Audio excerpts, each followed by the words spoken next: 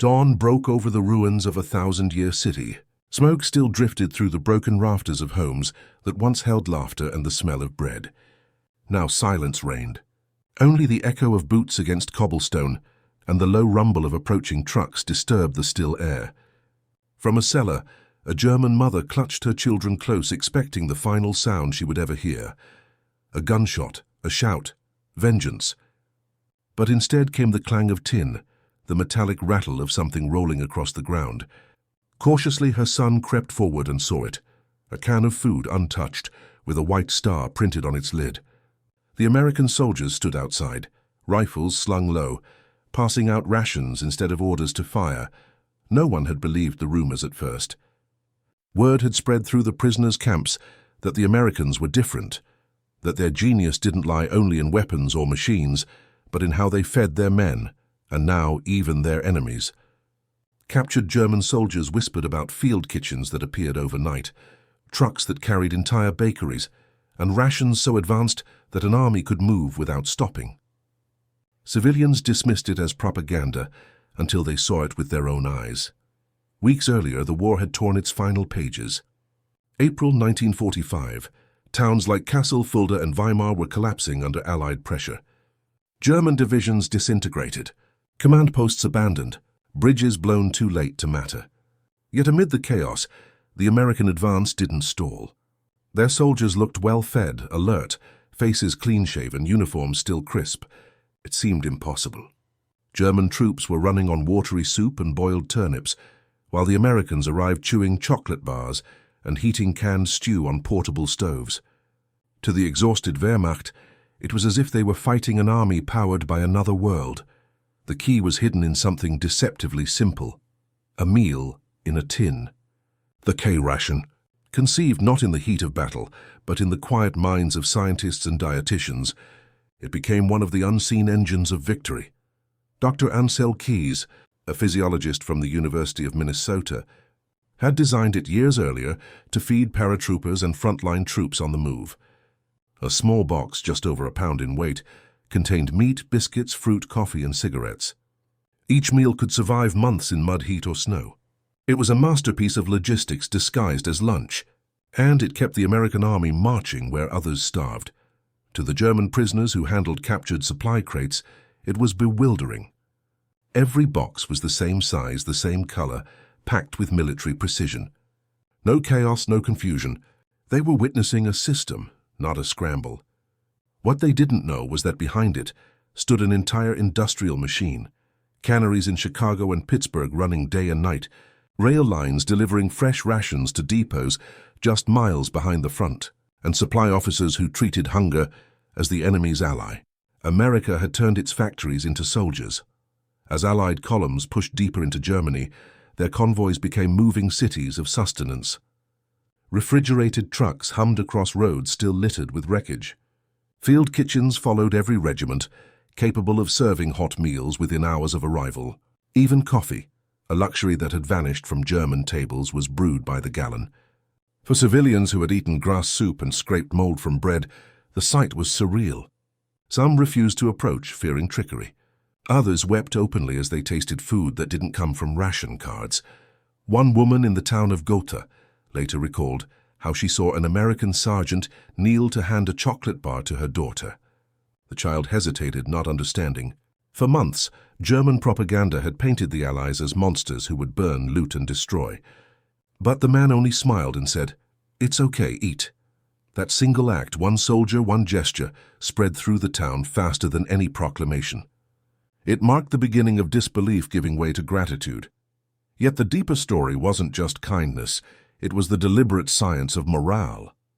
The U.S. Army understood that food was not only fuel, but a weapon of psychology. Well-fed soldiers fought longer, thought clearer, and showed mercy more easily. Commanders noted how unit discipline held steady, even in exhaustion, because the men trusted their next meal would arrive. Logistics officers calculated calories as carefully as ammunition, ensuring that no platoon went hungry long enough to lose its humanity.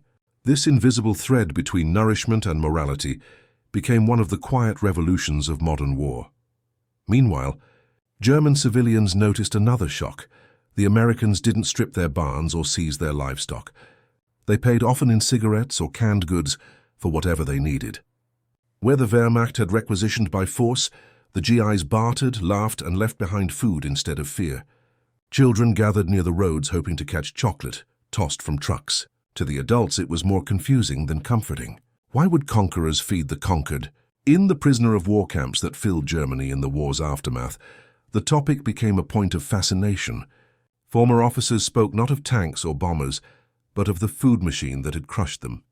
They marveled at how American logistics could sustain millions across oceans and continents without faltering. The U.S. Army's genius wasn't just invention, it was coordination on a scale no Axis planner had imagined possible. Even German engineers, long celebrated for precision, admitted that they had underestimated the power of supply lines. By May 1945, the contrasts were visible everywhere. German towns stood hollowed and hungry, yet along the same roads rolled columns of well-fed men with music playing from truck radios. In the eyes of starving civilians, it was both humbling and haunting. Some called it mercy, others called it domination through abundance. Whatever the interpretation, the symbolism was undeniable. An army that fed even its enemies had already conquered something greater than territory. It had conquered despair. As surrender spread and flags were lowered, the food kept coming. American field depots opened their gates to civilians, distributing surplus rations. The relief effort blurred the line between military necessity and humanitarian aid. Historians would later call it the soft power of sustenance, the idea that the battle for hearts began not with speeches, but with bread. And for countless Germans, the first taste of peace came not from a treaty, but from a tin can marked U.S. Army. But beneath that compassion lay the mechanical brilliance of a nation that had turned logistics into art. Behind every ration handed out stood assembly lines, chemical engineers, packaging innovations, and thousands of unseen workers who transformed raw materials into endurance. It was the unseen front of the war, the factory floors and supply depots, that decided the fate of armies more than generals ever could. As night fell over the shattered cities, the same trucks that once carried soldiers now carried sacks of flour and crates of canned meat. The people of Germany, bewildered and broken, began to whisper about the Americans' strange power, an invention so simple yet so transformative that it had reshaped war itself. The rumor spread through the camps, through villages, through hearts, that the real weapon wasn't a bomb or a bullet, but a meal shared between enemies.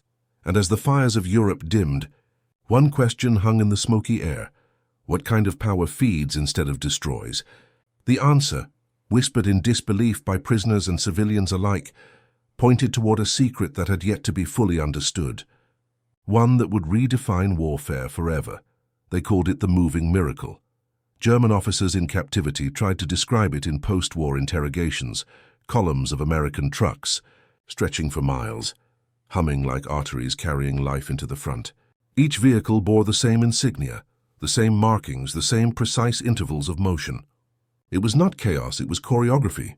This system, invisible to the naked eye, was the backbone of the genius invention every prisoner spoke of. It wasn't just the K-ration or the can opener, it was the logistical machine that had made such abundance possible.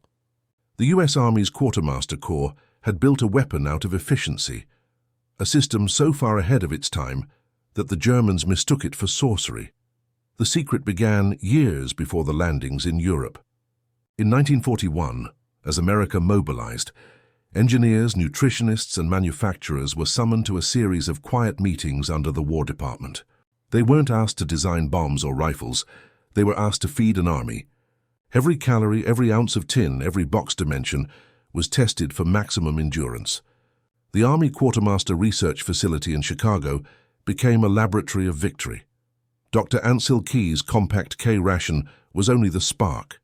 What followed was a revolution in packaging, preservation and mobility. Foods were dehydrated, sealed under nitrogen, and packed in waxed cartons resistant to rain and mud. Nothing spoiled, nothing wasted. From these innovations came the Red Ball Express, the most ambitious supply chain ever attempted in wartime. Beginning in August 1944, as Allied forces pushed inland from Normandy, Thousands of trucks carried fuel, food, and ammunition from the beaches to the front at lightning speed. The route was a living artery, 700 trucks per hour at peak, running day and night. Most drivers were African American soldiers, working under brutal conditions to keep the line alive. They ate their own rations behind the wheel, guiding convoys through bombed-out roads without headlights, trusting instinct and memory. The Germans couldn't understand how the Americans never ran dry. What they didn't realize was that logistics had become America's new battlefield. Every can of stew, every box of crackers represented an equation solved by unseen mathematicians.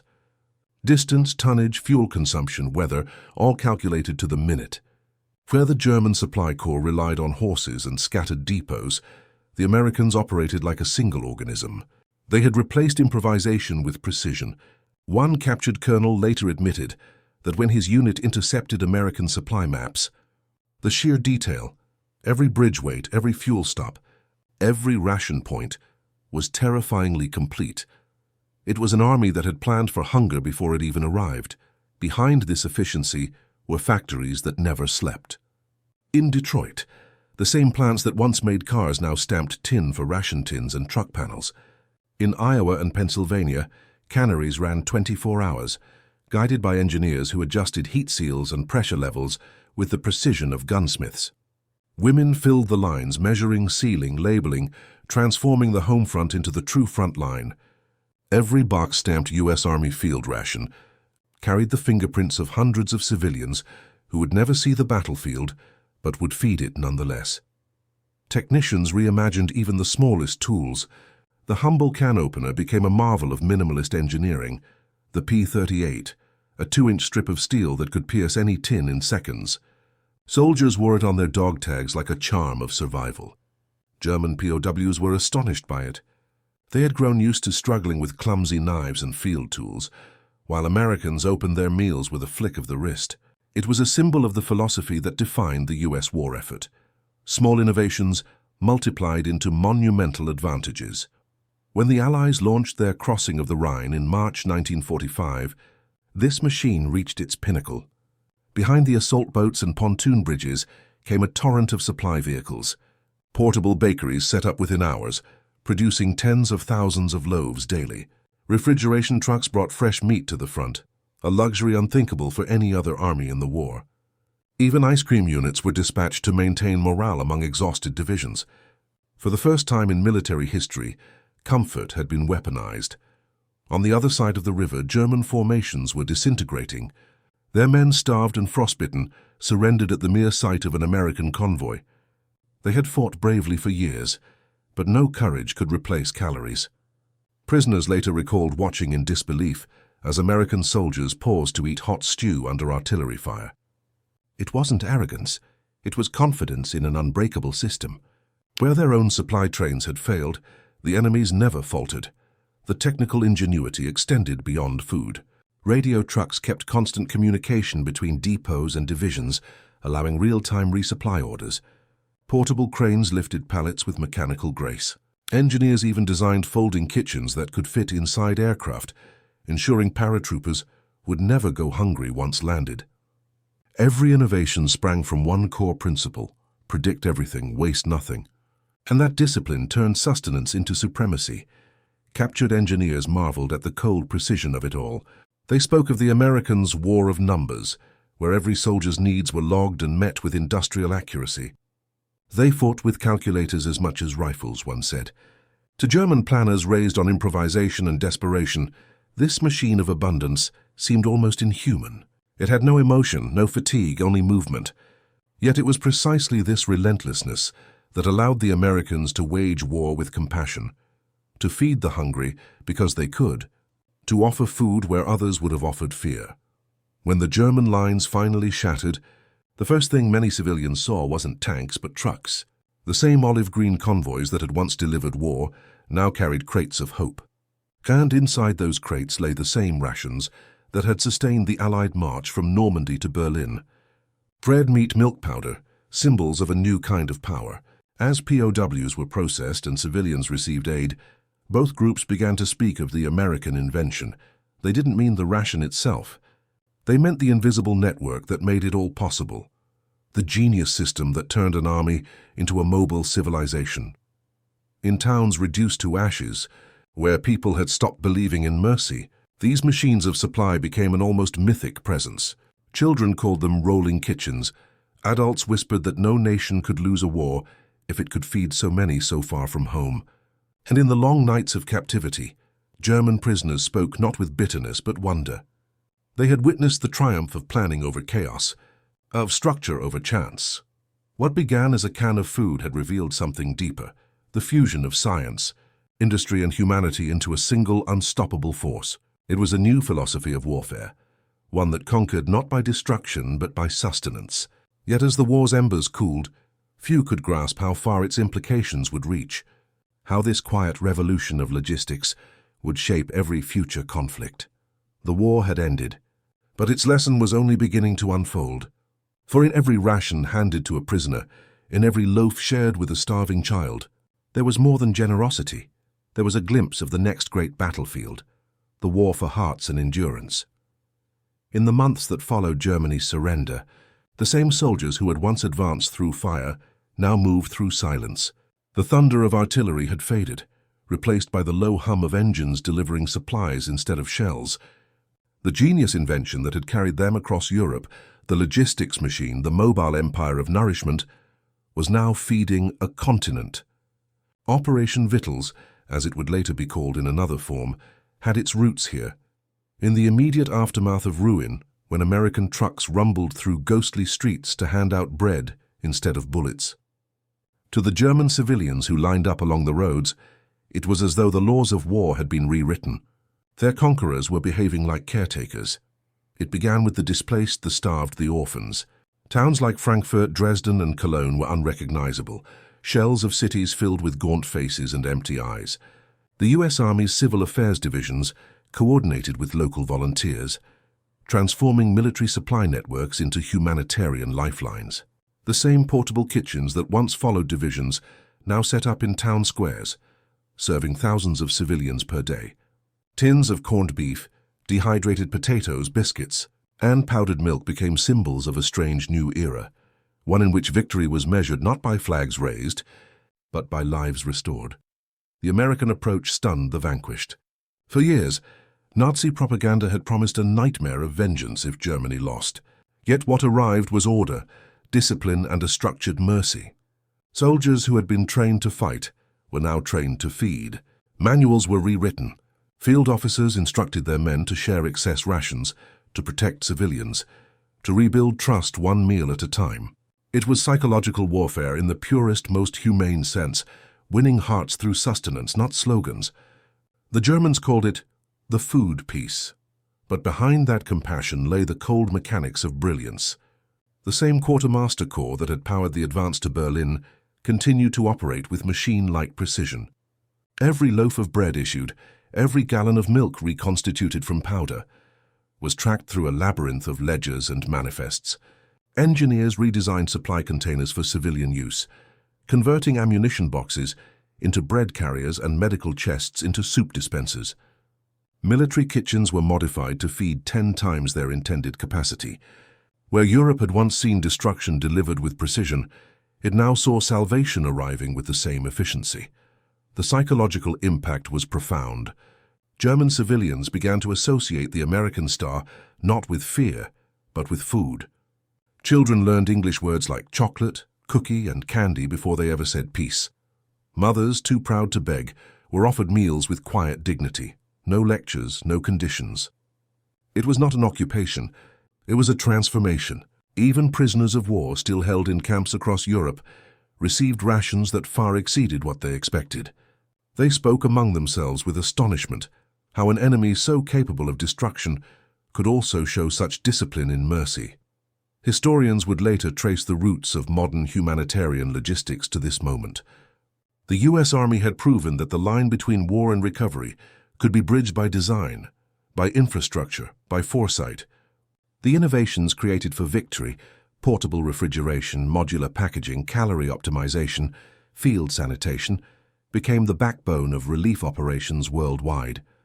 Engineers who once calculated ration loads for battalions now worked for agencies rebuilding Europe.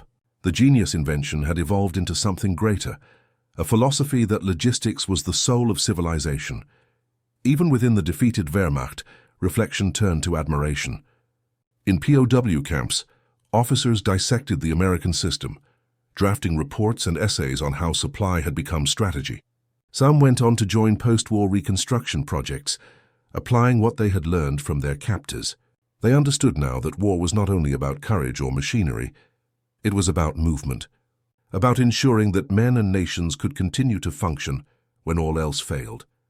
The Americans had made that possible through science and discipline, not chance.